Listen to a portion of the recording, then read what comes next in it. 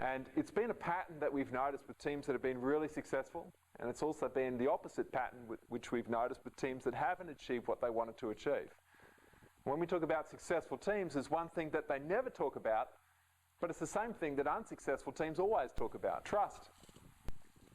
So what is that? Why is it so important? Because without it, you will never progress from here. But why is trust so important? What does trust enable? What do you think? What does it look like if it's not there? People aren't afraid to, maybe take risks. Okay, absolutely. Getting shot down or... Yeah, people are more likely to take a risk, to try something different, to put themselves out there. People are more likely, athletes on your team are more likely to say what to each other? If you don't trust, if trust isn't there, they don't hear what you say. Well, they don't listen to what you say or hear what you say because they don't trust you, yeah. They don't think that... From the get-go. Exactly. Okay, so that trust between the coach and the athlete is absolutely vital. Yeah. And I think that if players don't trust other players, then they become a little more selfish. Absolutely, because they think that they can't rely on someone else to get the job done. When you guys got your different football codes over here, and whether it's, you got your soccer and you got your NFL codes. We've got different rugby league codes and rugby union and Australian rules football and, this sort of thing.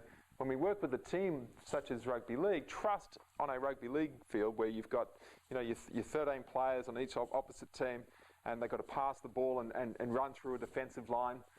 Trust in a defensive line means stepping out of the line because you're afraid that the person next to you is not going to do their job, so it leaves a gap which another player runs through. Or trust is not passing the ball. Trust is perhaps taking too long to pass the ball. Does that make sense? And so trust, when you look at it in the context of a game, especially a ball game, when there is trust, you get a really fluid style of play and fast-paced style of play. Because people trust that someone else is going to be there. They trust that they're going to do their job. So there is a really simple model that we use, and it's basically in terms of going from this stage to this side, developing that trust. We call it the trust account. Now, trust is a little bit like money, but it's nothing like it in some other respects. But if you think about a ledger, and on one side you have deposits and on one side you have withdrawals. If you think about any team that you've been associated with or any group of athletes that you coach, what are some behaviours that build trust? So how do we have to behave if we want to build trust? You can even think about it between yourself as a coach and your players. What builds trust? Respecting them? Well, them respecting each other as well. Absolutely. Okay, what else? What are some other behaviours? So that can be saying hello to each other when they turn up to practice, right? Caring about each other. Care. Absolutely. What else? Performance builds trust. Yeah, so... You said, if I'm not performing, they're not going to trust me. Exactly. So, that was a big one for me as well. Like when I was rowing, what gave me faith and trust in the guys that I rowed with was even little things like they turned up on time. Like when practice starts, and look, in rowing we practice early in the morning. It's 5:15.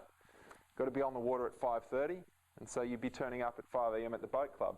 Now here's my coach. He was never not there before me. Always he was there before I was. That builds trust. Like being there actually builds trust. Being there at the end of practice builds trust. Okay, lifting good weight in the gym builds trust. Showing that you're giving 100%, that builds trust. And you could easily say that what's a withdrawal in the trust account? Well, it's obviously all of the opposite. You could probably come up with other ones as well. Being disrespectful, talking in perhaps a conflicting way to someone else, not expressing your opinion when you have one, not providing input when the coach asks for it. Even things like body language. Everything that we say and do is something which can either build trust or it can erode it. Does that make sense? Now, as opposed to a bank account where you put $10 in, you've got $10 in your balance, you do one thing to withdraw $1 and suddenly you only got $9. Well, trust is not really like that. It's hard to quantify what someone is going to value as a massive issue which really deducts from the trust account, or not such a big deal at all. But is it possible to do so many things well to the point where you build a lot of trust, but is there one thing, just one act, which could completely demolish what's in that trust account? Is it possible to erode what's in that balance in one thing? What do you think? Yes. You can, can't you? You know. And so that's something that when we talk about it in terms of a high-performing team, it's something that, as I said to you before, you know, teams that are very successful, they never talk about trust. Why? Because it's there. You often don't talk about stuff which is just there. Well, it's just what we do. We don't even notice it. And yet when it's not there, it's what people notice the most. It's been an interesting pattern, and there's books that have been written about that as well.